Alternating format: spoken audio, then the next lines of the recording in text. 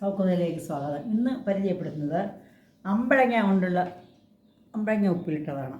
ഇതാണ് അമ്പഴങ്ങ, മുഴുവൻ അമ്പഴങ്ങ. അത് അരിഞ്ഞതാണിത്. നല്ല പുളിയാണ്, മാങ്ങ പോലെ ഇരിക്കും, കടുപിടായിരിക്കും ഉപ്പിലിട്ട അത്. നമുക്ക് എങ്ങനെയാണെന്ന് നോക്കാം. ഗ്യാസ് കത്തിച്ചു, നല്ലെണ്ണ ഒഴിച്ചു, ഓരോ പൊടികളായിട്ട് ചേർക്കാം. ചൂടാക്കിയത് തന്നെയാണ് മുളക് പൊടി ആവശ്യത്തിന്, ഫ്ലെയിം കുറച്ച് വയ്ക്കാം. ഉലുവപ്പൊടി, കായം വറുത്ത് പൊടിച്ചത്,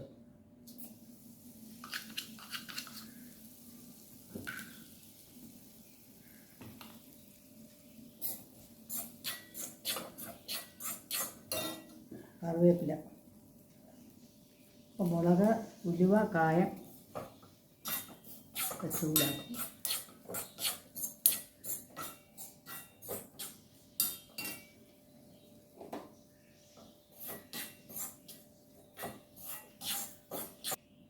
അമ്പഴങ്ങ പലരും കണ്ടിട്ടില്ലാത്തവരുണ്ട്. ഇത് നല്ല വിളഞ്ഞതാണ്.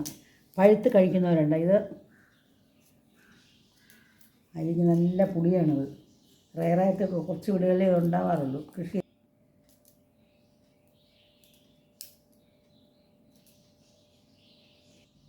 അമ്പഴങ്ങ പൊടിയായിട്ട് അരിഞ്ഞതാണ്. മാങ്ങ അരിയുമ്പോൾ തന്നെയാണ്. കുറച്ച്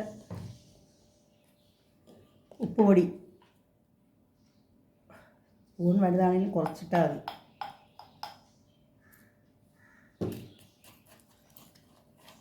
ഉപ്പിട്ട് വേണമെങ്കിൽ ഒരു ദിവസം വയ്ക്കാം. ഇതിപ്പോൾ നല്ല പൊടിപൊടായിരിക്കാൻ വേണ്ടിയാണ് ഞാൻ ഉപ്പിലിട്ട് അലിയിച്ച് വയ്ക്കാതെ.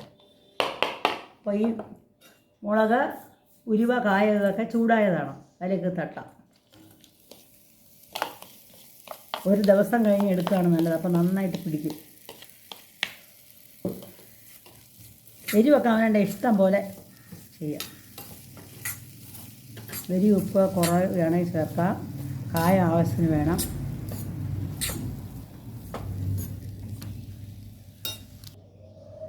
മഞ്ഞൾപ്പൊടി ശകലം ചേർത്തു.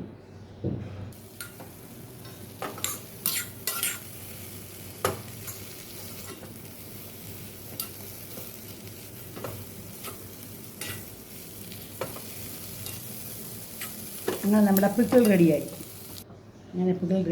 അത് സ്വാദിഷ്ടമായ വിഭവമാണ്. പരീക്ഷിച്ച് നോക്കൂ. ഒരു ദിവസം കഴിഞ്ഞ് എടുക്കാം. എന്നാലേ ടേസ്റ്റ്